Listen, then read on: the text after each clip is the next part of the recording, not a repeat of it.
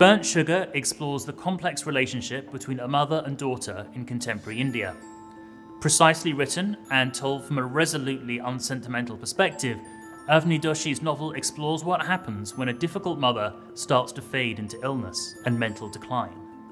As the title indicates, this is a novel that often leaves a bitter taste in the mouth, but that's a deliberate and often bracing effect. The author bravely pushes the limits of the reader's sympathy. This is a compelling book, often beautifully written and with startling imagery, emotionally wrenching and poignant in equal measure. Literally from the first sentence, I was hooked. There's something about the writing that is so direct and so absolute and so unsentimental that it just grabs you. There's big themes of, abuse, emotional and physical, themes of the loss of cognitive ability, themes of depression, mental health issues, how to deal with growing up and whether one ever really grows up. There's times when you feel like you're reading some sort of a diary. It feels so intensely personal and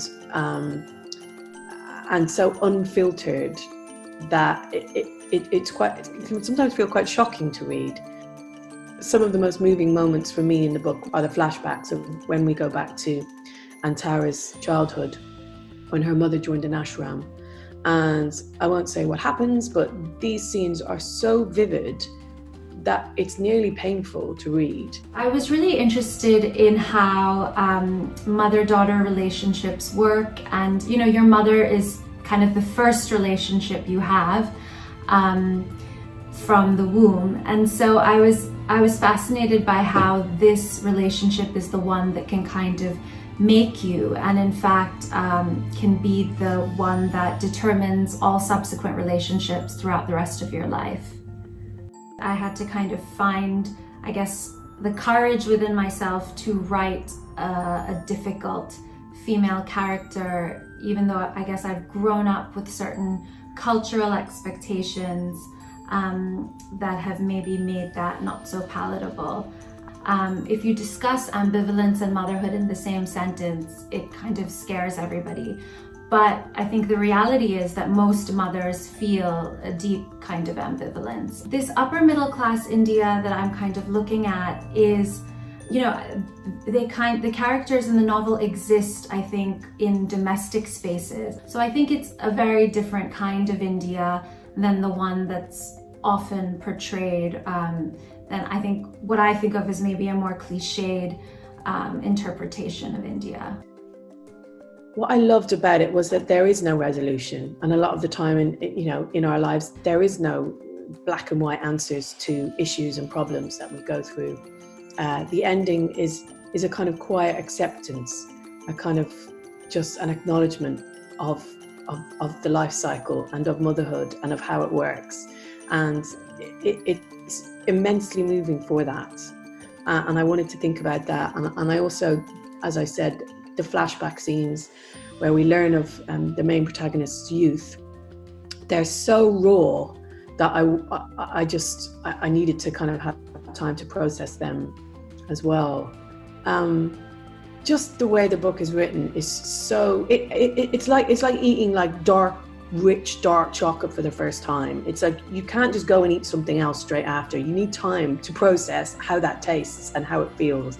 That's how I feel about this book. It's so rich and so full of flavor that I just needed time. I was looking for the book today to remind myself of passages, but I have lent it to a friend, and that kind of sums it all up. When I have a good book, I have to tell all my friends about it. And the friend that I lent it to, it was a very kind of urgent ask. It was like, you have to read this now and put everything else down and read this.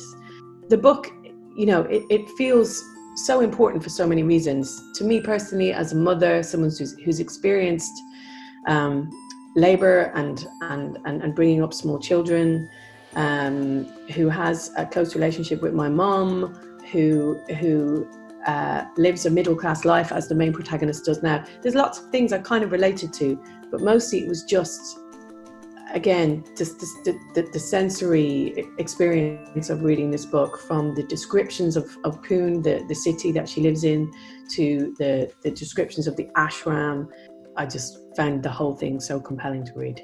I would be lying if I said my mother's misery has never given me pleasure. I suffered at her hands as a child, and any pain she subsequently endured appeared to me to be a kind of redemption, a rebalancing of the universe where the rational order of cause and effect aligned. But now I can't even the tally between us. The reason is simple: my mother is forgetting, and there is nothing I can do about it. There is no way to make her remember the things she has done in the past, no way to baste her in guilt. I used to bring up instances of her cruelty, casually, over tea, and watch her face curve into a frown. Now she mostly can't recall what I'm talking about. Her eyes are distant with perpetual cheer. Anyone witnessing this will touch my hand and whisper, "Enough now, she doesn't remember. Poor thing." The sympathy she elicits in others gives rise to something acrid in me.